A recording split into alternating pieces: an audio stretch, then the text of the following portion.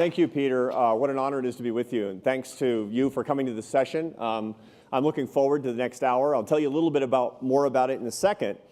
I want you to relax because we're about to listen to 9 concerts, or parts of 9 concerts, performances of some of the greatest music that's been ever written.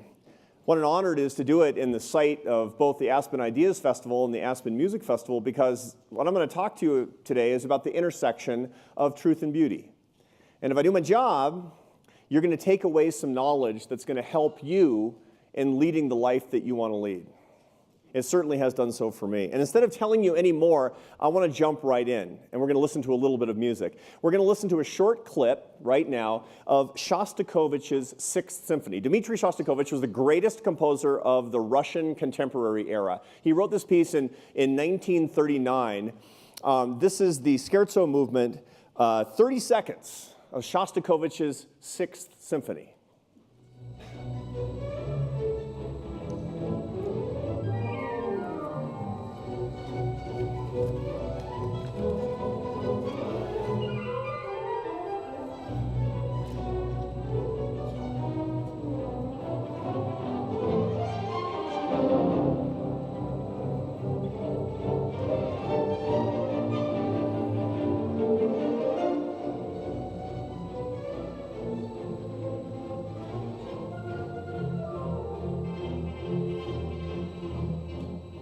Now let me start by apologizing for the video quality. That was sort of the musical version of the Zapruder film that you were seeing right here. That's not what we're looking for.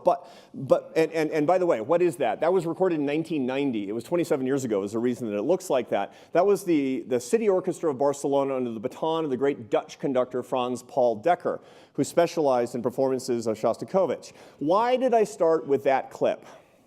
I'm going to show you, because I'm about to put the next 15 seconds of that concert up on the screens, and you're going to know in 15 seconds exactly why I started with that piece, and a lot of stuff is going to become clear. Next 15 seconds, Shostakovich.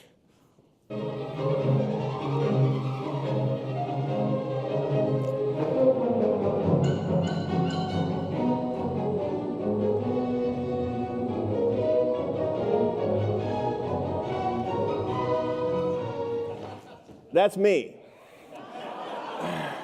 A long time ago. My friends, the ravages of time. This is like a once great civilization. This is, and everything changes. Everything changes in your life, and everything changes in my life. Today, I'm not making my living as a French horn player, but I did. I was the associate principal French horn player with the orchestra, the City Orchestra of Barcelona. And I did that for a long time. As a matter of fact, I made my living as a French horn player for 12 years, from the ages of 19 until 31, many of them on that very stage. At that point, I changed careers and I became an economist. I'm going to tell you why. I'm going to show you why with some of the music that I played during that time. First of all, however, you might think that's a really strange change, and people ask me this all the time. Do your worlds ever collide?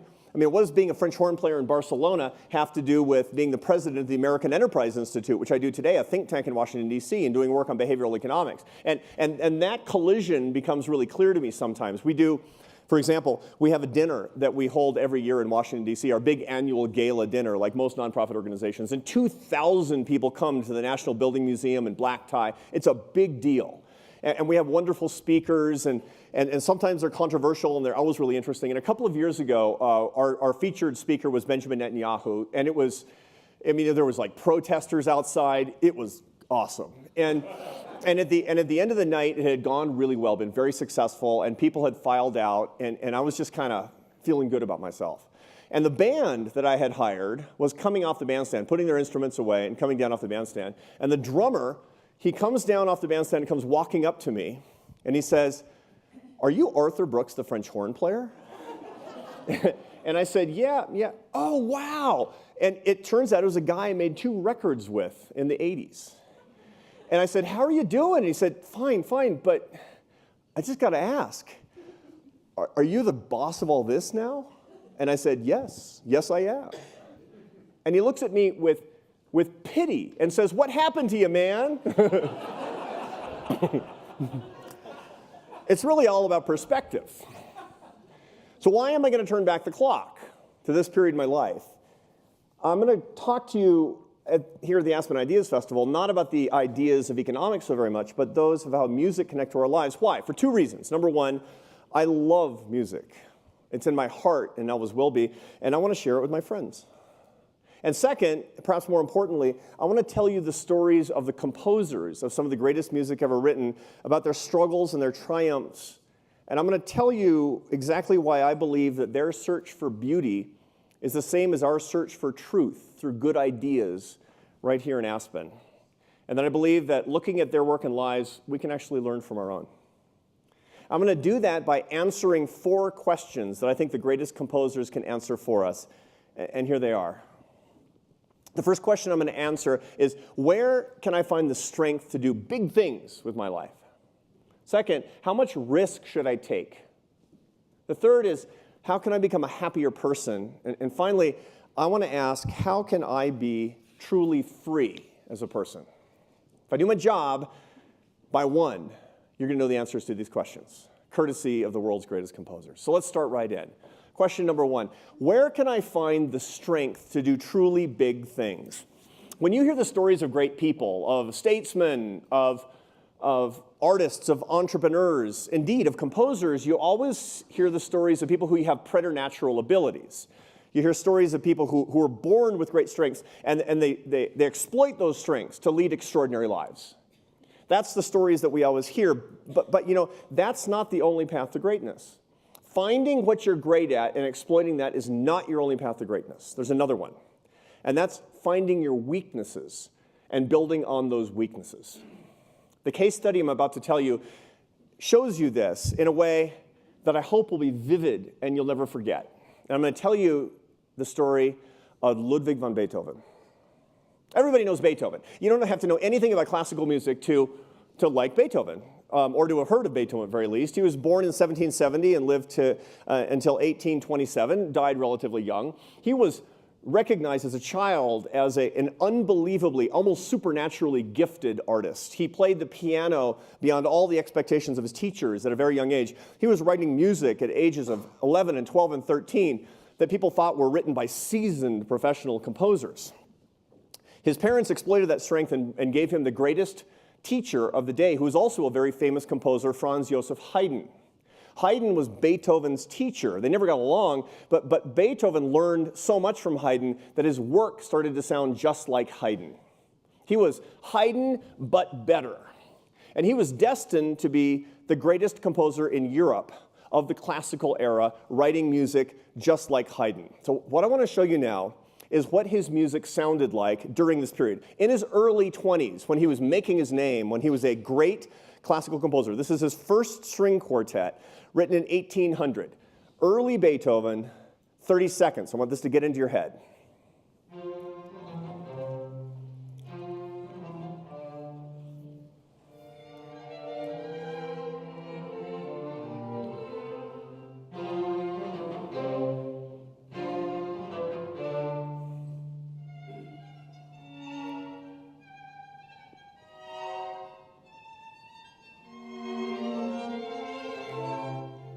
Beautiful, but conventional for the classical era. That's what his life was going to be, like this, but over and over and over again. But then something happened. Then tragedy struck. Around this time, Beethoven was a voluminous letter writer to his family and friends, and by weird quirk of history, we have all his letters. And you read his letters from this period, and he's complaining to his sister and to his friends. There's a weird buzzing in my ears. And you know, when I write music, when I listen to music, it's very distracting. I don't know what it is. We knew soon enough what it was. Beethoven was going deaf. The composer of that music was going deaf. Is there any greater tragedy? You know, somebody who's destined to be a master of the classical era is going deaf. His greatest strength, which was his hearing, was becoming his weakness. It was a nightmare for him and for his family. And you know what he did? He stopped performing. He mostly made his music by playing the piano and conducting orchestras. He stopped completely. He became a hermit. As his world fell silent, all the remaining music was in his head. But he kept writing. And when he kept writing, as he became progressively deaf, here's how he described the experience of trying to write music as somebody who was becoming progressively deaf. Tone, sound, and roar and storm about me until I've set them down in notes. And this is what one of his scores looks like from this period. It's terrible. It looks like it's like a chicken scratch because he couldn't decide, he couldn't figure out what was this music that he was hearing. He had nothing to reference against it. But he kept writing with no reference to the outside world, no influences at all. And you know what happened? Over the next 15 years, his music changed radically because he had no influences to tell him that what he was doing was wrong.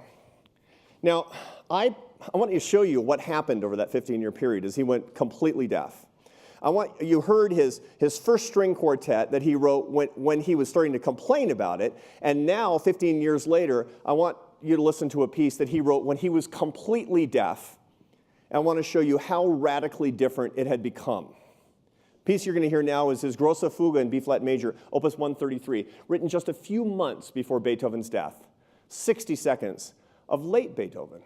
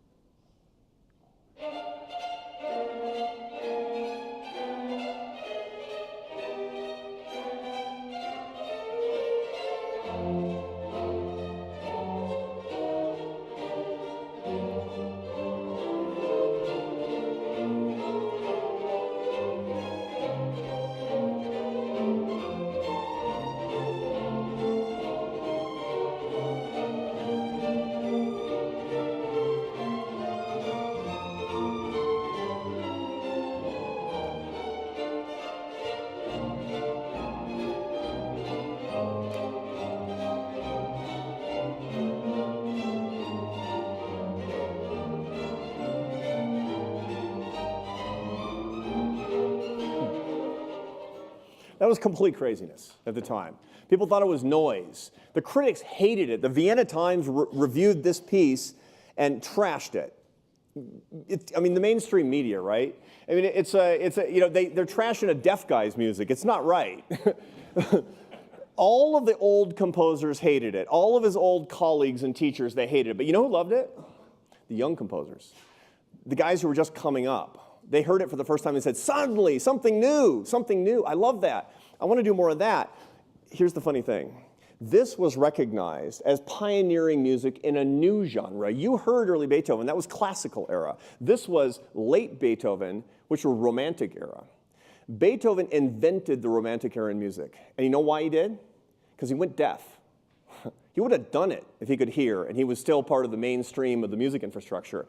How radical is that to say that he moved music forward because he couldn't hear? But here's my point. His career started with his strengths. His true greatness came from his weaknesses. That's the lesson. Everybody can convert their weaknesses into a source of their strength. Every person can do that. And here's the best part about it all. I'm a behavioral scientist now. And I have any number of behavioral studies that will show exactly this. I want to show you one that gets back to, actually, it's about the arts as well, a common source of weakness for most professional artists, which is sadness, melancholy, even clinical depression. It's a wonderful study that was recently published this year in the Review of Economics and Statistics, a very high-quality economics journal by a Polish economist teaching at the University of Southern Denmark. And what this economist was doing was actually doing a word analysis of Beethoven's letters and Mozart's letters and Franz Liszt's letters. Why? Because all three of them wrote lots of letters, and all of their letters are extant. And this economist did a word count on happy words versus sad words, and then compared the word counts with the production, the output of music. And here's why I love being an economist today. Because the central point of this paper is that a 38% increase in sadness on average produces one extra great piece of music. That's how we measure things in our business. It's actually not that precise, of course. But the very point is this. All of these stumbling blocks, all these things we're running away from, all these things that we don't like, all these things that are your weaknesses, the real problem is the running away. The recognition that we need to have from the behavioral science and from the works of Beethoven and any other number of composers I could give you asks this question. And this is the question for you and your soul. What is your biggest weakness? Face it squarely. And then ask, how can it become a source of your strength by connecting to other people? Lesson 1. Lesson 2. Now, turning weaknesses into strengths is really, really risky. Right? I mean, you're exposing yourself to humiliation, of course. And that leads to the next big question I want to answer, which is about risk itself. How much risk should I take in life? How much risk have you taken in your life? Think back to the big pivotal moments. Many of you started businesses. Many of you married somebody your parents didn't like. Some of you have done other really risky things, and it's changed the course of your life. Have you taken enough risk? Should you take more? To answer that question, I want to turn to one of the greatest composers of the French Romantic period, Hector Berlioz. Born in 1803, he lived until 1869. Now, how is he connected to Beethoven? He was one of the young fans of the dying, deaf Beethoven. He heard that music, the Grosse Fuga that I just played, and it blew his mind. And all he wanted to do was to be the next Beethoven. It was his favorite composer. He never met Beethoven, by the way, but it was his favorite composer. But he had a problem. His father wanted him to be a doctor. His father was a famous doctor. Believe it or not, Hector Berlioz's father had traveled all over the Far East, and he'd come back to France with this weird thing called acupuncture.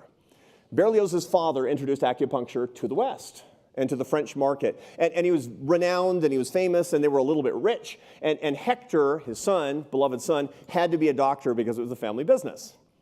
But Hector was taken by Beethoven. And all he wanted to do was to be a composer. But he did what his father told him, and he enrolled in medical school.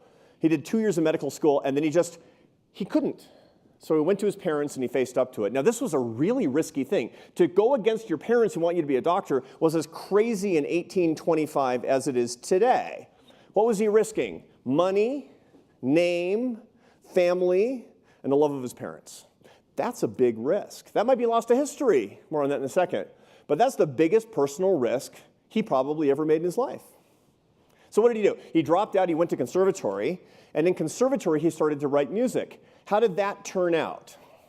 I want to play the first, for you, a clip, 1 minute and 20 seconds, of the first truly big composition that he wrote 2 years later when he was 27 years old.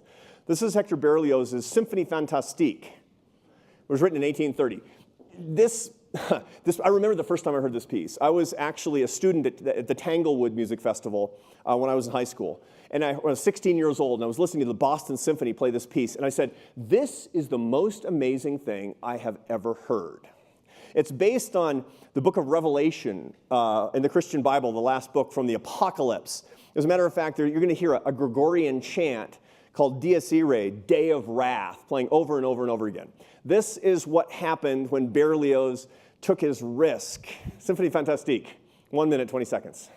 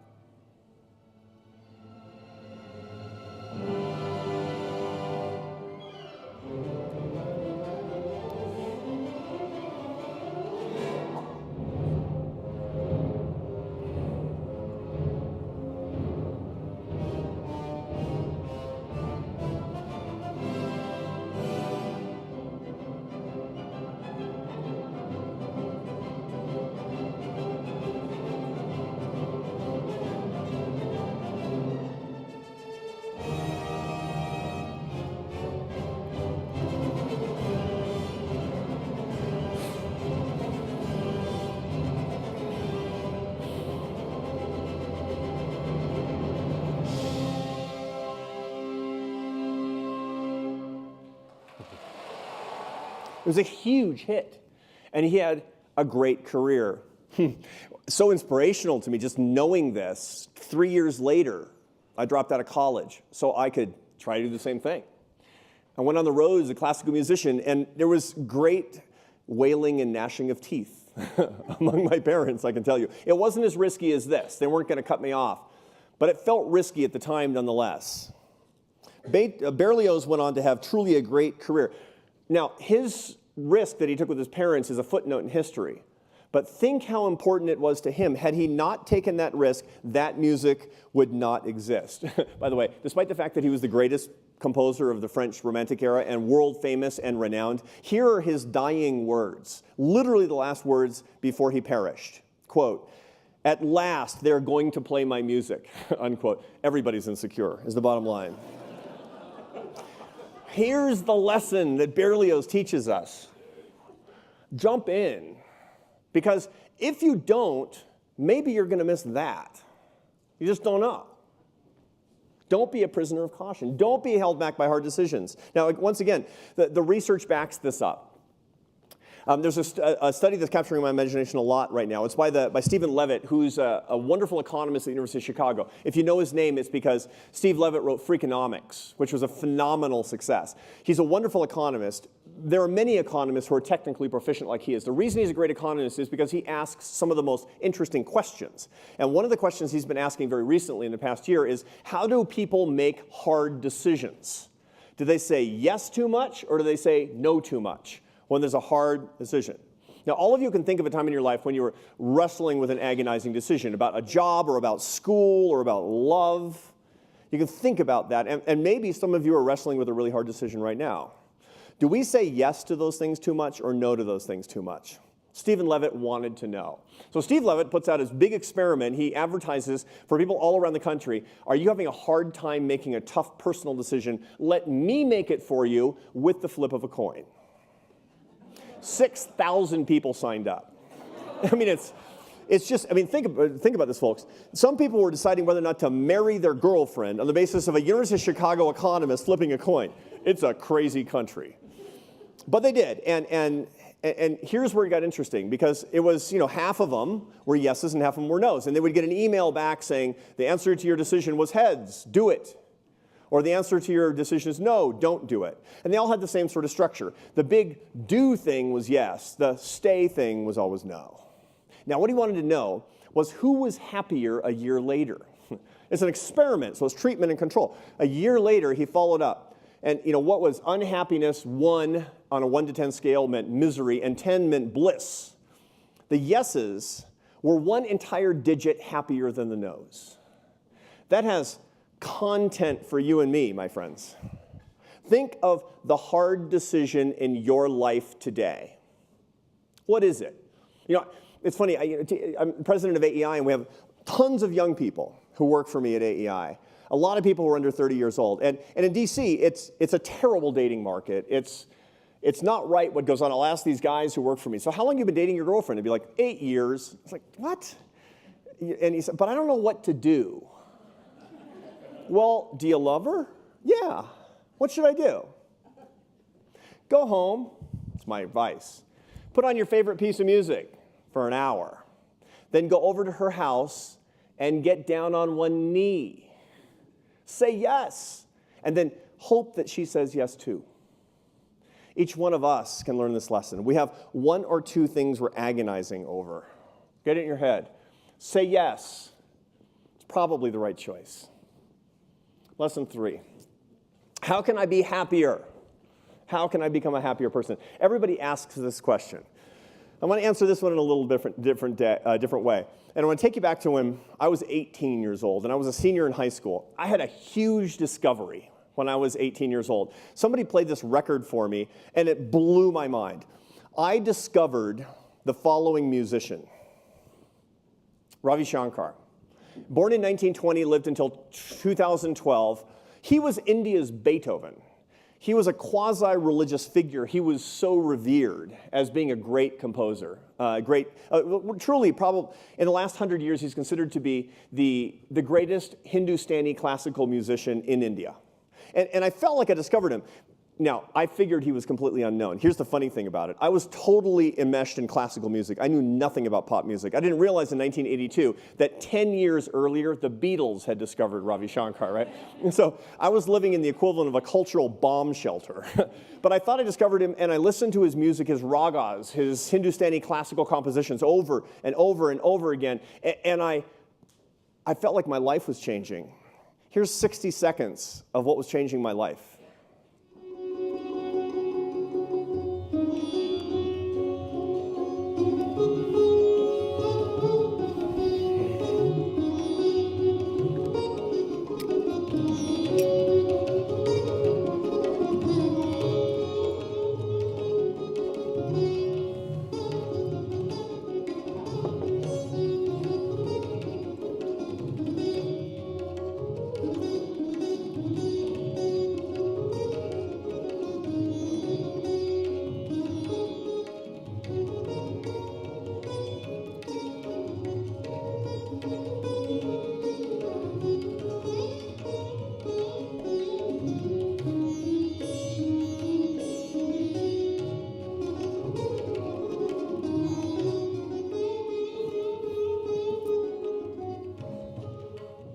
That was months before his death. He was a master all through his life. You know, when I started spending all my money at this record store that sold world music. I grew up in Seattle, and you know, I'd bring home these records. I also took Indian drumming classes.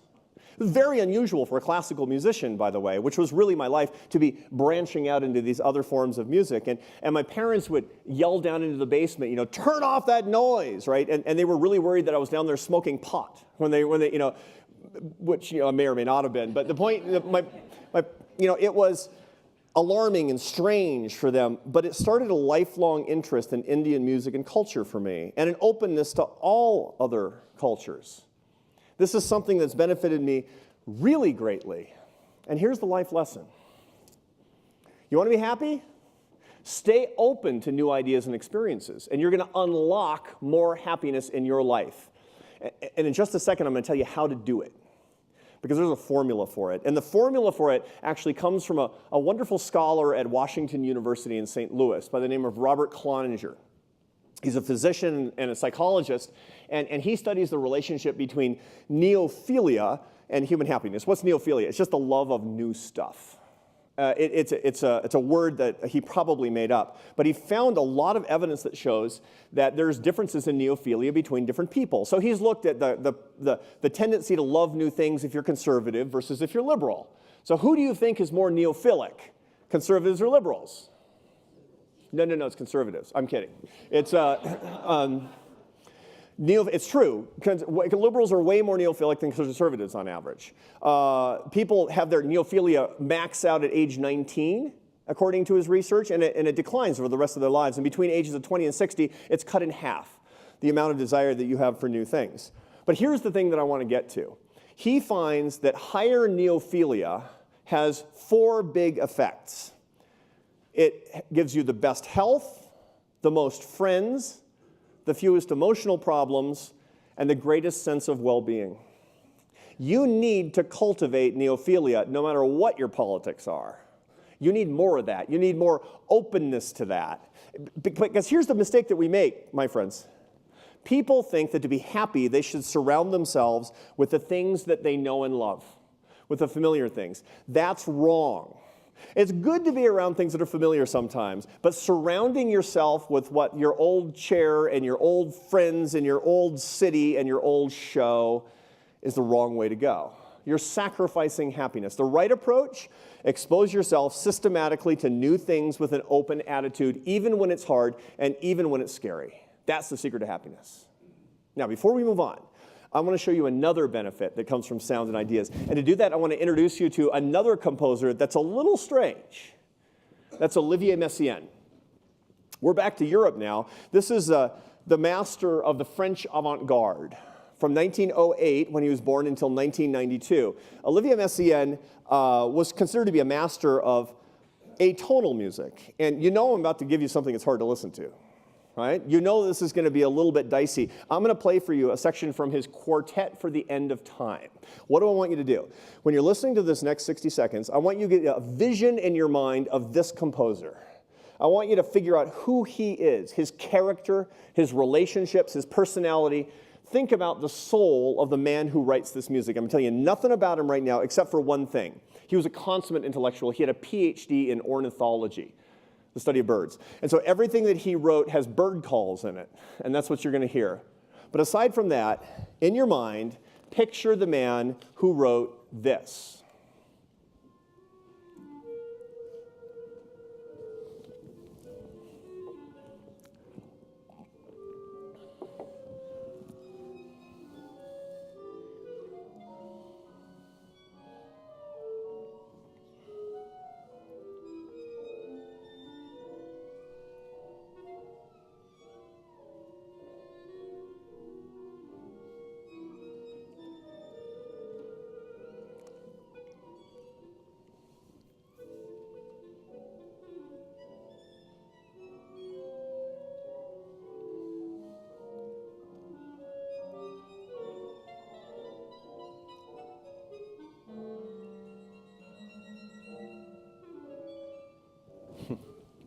So you got the picture in your head?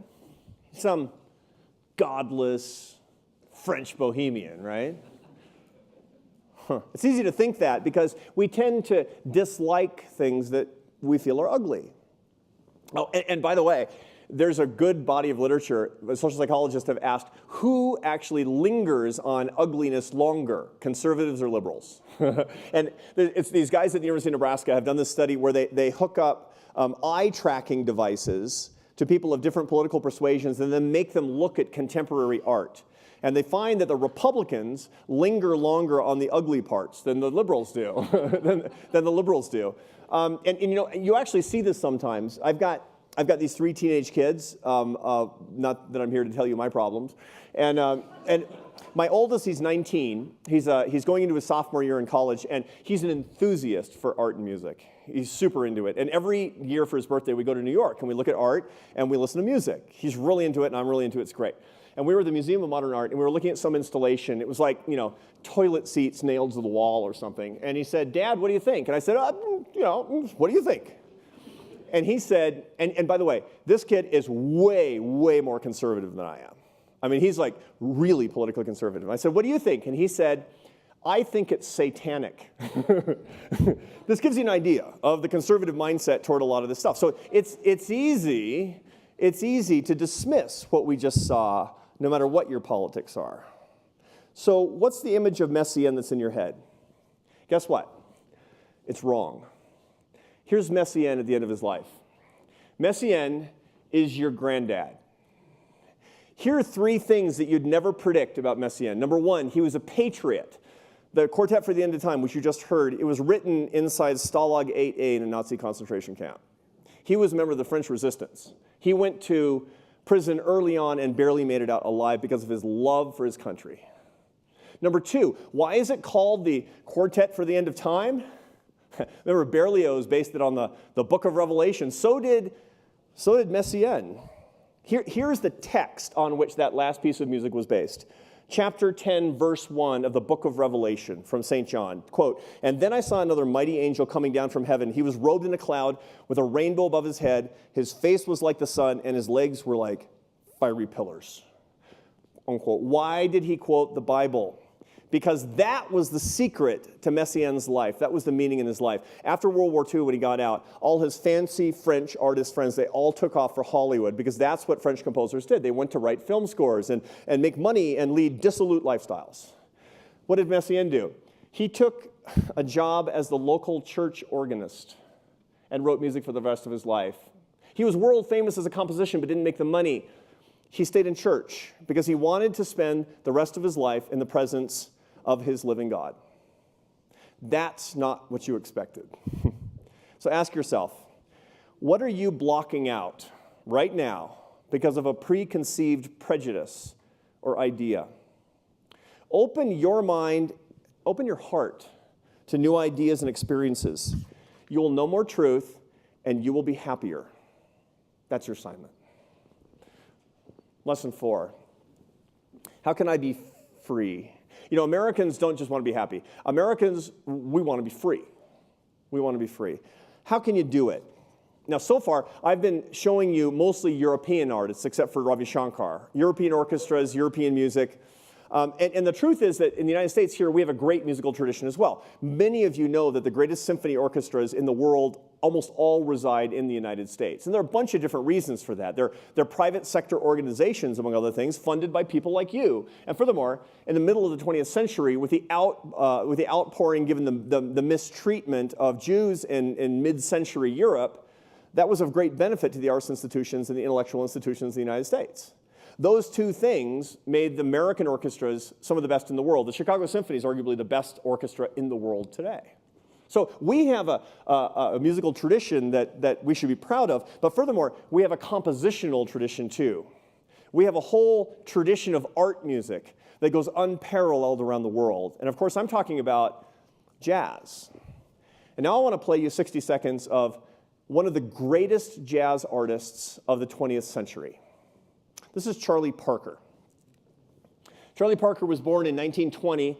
He lived until 1955. He died at 34, a really dissolute life. He died of cirrhosis of the liver and drug abuse. I learned a lot about Charlie Parker. I had a musical partner back in the 1980s. I toured for 2 years with a guitar player named Charlie Bird. We toured all over the United States. And he had shared a practice studio with Charlie Parker back in the 1950s. And fortunately, my partner in music, Charlie Bird, had not taken heroin, but everybody else did. And he told me about this horribly dissolute life that Charlie Parker led. But here's what we all know about jazz. I've been talking about classical music and concert music so far. Here's the one thing that we know about jazz that is different. It's free because it's improvisational. That's how it sounds. I'm going to play Freedom for you right now. This is Charlie Parker with Dizzy Gillespie. And this is a song written in 1951 by Tad Dameron, Hot House. 60 seconds of Charlie Parker.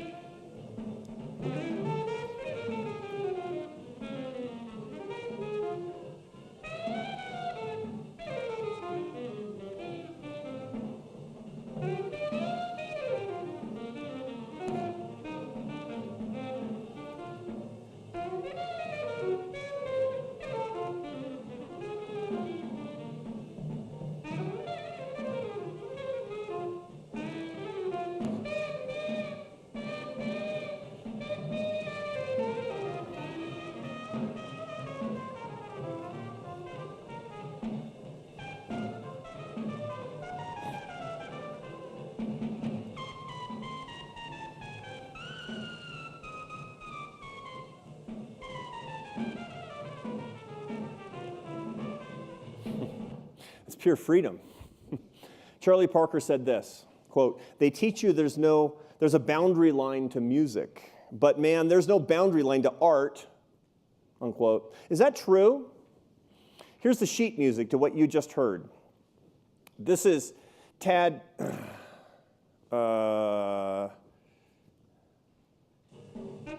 this is Tad Dameron's Hot House. That's the chart to it. And some of you read music and some of you don't. It doesn't matter. There are two things I want you to keep in mind. Number one is the melody, and the second thing is the chord structure, which is the letters that are sitting over the melody line. You have to do those two things exactly. The first time through the tune, you have to play the tune exactly. And all the way through, you have to play according to that chord structure. You know what happens if you break those rules? Because that's what they are. That's not pure freedom. If you break those rules, you're a hack. You're a loser. You're a patsy. You're laughed off the stage. And here's the point. The freedom in music is not the freedom to do anything you want. The freedom in music is the freedom to make life-affirming, beautiful music that enriches people. And you know what that means? That means the self-mastery to dominate a craft through careful practice, and the humble discipline to live within the rules of the music itself. Here's the rule. I keep pushing in the wrong direction. Cultivate discipline and self-mastery if you want to find true freedom. There's a piece of research that's very historic and very important that backs this up. It's by Emile Durkheim, who is the French sociologist. He wrote a famous book in 1897. This is the first big piece of behavioral science that everybody in my business reads, called Suicide. What was it? It was a survey-based piece of research where Durkheim traveled all over Europe and looked at different populations at their suicide rates and compared that to the behavior of the people. And what did he find? The main thing that he found that was most important was the correlation between moral constraint and life satisfaction. The more that you set rules for your life and live by them morally, the happier you're going to be and the less you're going to hurt yourself. We've known that forever. Now here's the irony. Charlie Parker understood this principle for his music, but he didn't understand this principle for his life. If Charlie Parker had had self-mastery over himself, he could have made music for 40 more years. Instead, he died because he didn't understand the principle of self-mastery for his life. People believe today that being free means breaking all the rules. That, my friends, is exactly wrong. Being free means setting the rules and living by them. To be truly free, master yourself. So let's review. Convert your weakness into strength if you want the strength to do big things. Don't be a prisoner of caution. Say yes more. Stay open to new ideas and experiences, and don't be prejudiced if you want to have the happiest life. And last but not least, find freedom in the discipline and the self-mastery that resides within you. And one more. You know, I actually have one last lesson because I was thinking, how can I tie this all together? How can I tie together doing big things, taking risks, new experiences, self-mastery? And here's how I'm going to tie it together. I'm going to ask a question that I hear a lot. How can I find purpose in my life and in my work? You know, you're busy and you're really accomplished people, every single one of you. And people ask you all the time, what do you do? In Washington, D.C., where I live, it's the only question anybody asks. What do you do? Nobody ever asks you, why do you do what you do? You need an answer to that question, to the why question of your own life, to your satisfaction and to the satisfaction of others if they really want to know the answer. So guess what?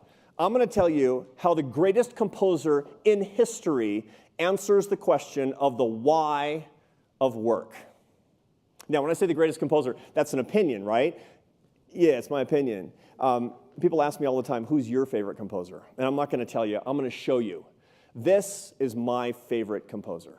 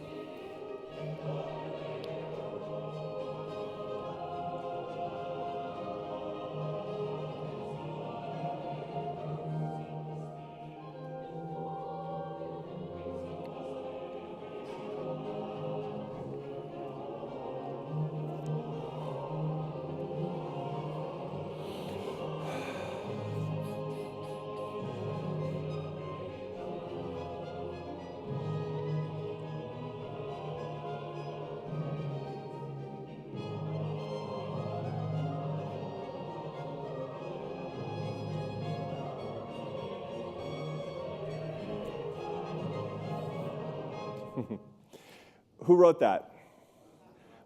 Correct. Johann Sebastian Bach. 1685 to 1750. In my view, the greatest composer who ever lived. No, my favorite composer. Now, Bach, that, by the way, was Bach's B minor Mass, written in 1749. It was one of his greatest masterworks. Some consider it the greatest piece that he ever wrote, written just a few months before he died. After a long career, in his 65 years, Bach published more than 1,000 pieces of music for every conceivable orchestration at the time. Orchestra, chorus, chamber music, keyboard. He wrote a cantata for every Sunday in the Lutheran lectionary, hundreds of them. They fell from his pen, every single one a masterpiece. Now, he was so prolific. By the way, he also had 20 kids, which is prolific. What was the purpose of Bach's work? If you can get the purpose of that, you're going to go a long way down the road of understanding what's true and good. What's the why of his music? Well, it turns out that Bach was asked, why do you write music, by a minor biographer before he died? Why do you write music? And here, my friends, is Bach's answer to why he wrote music. The aim and final end of all music is nothing less than the glorification of God and the refreshment of the soul. Now, if you're not a religious person, don't be distracted by this. Bach's answer is simple. His message for you is simple. The why of work is to serve. If you want your life and work to have purpose, it has to be all about serving other people. This is what the most enlightened have always taught us, and certainly what Bach teaches us as well. Bach is serving us still today. Listen to his music. You will be enriched. He was quite serious about the refreshment of the soul, and you can be quite serious about that as well. Here's the amazing part of that, too. All the research that I look at today shows that Bach was manifestly right.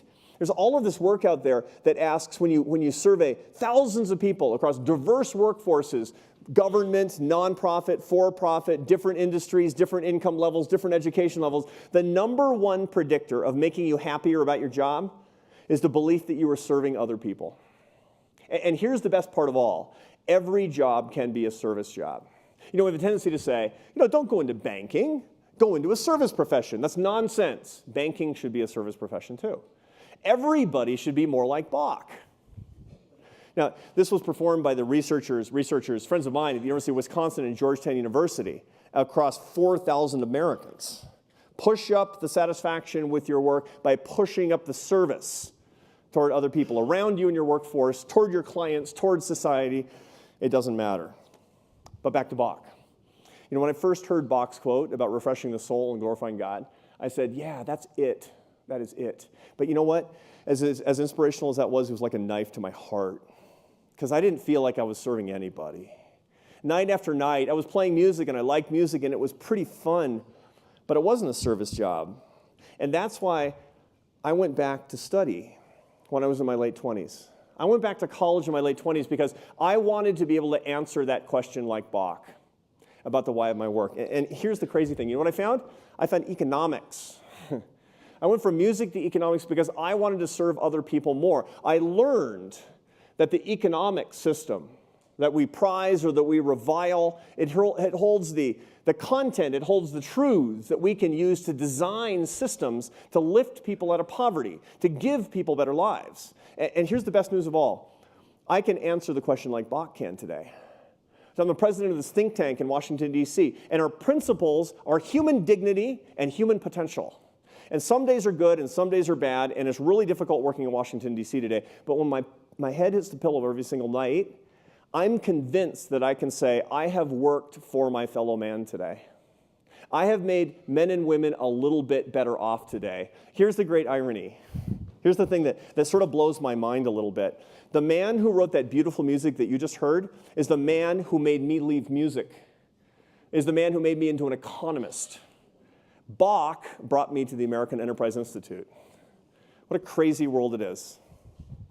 Before we end, I want you to listen to just one last minute of Bach, because I can't help it.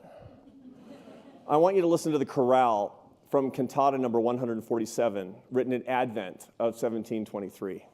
And that may not sound familiar by the numbers, but it's sure going to sound familiar when I play the music. One last minute of Bach.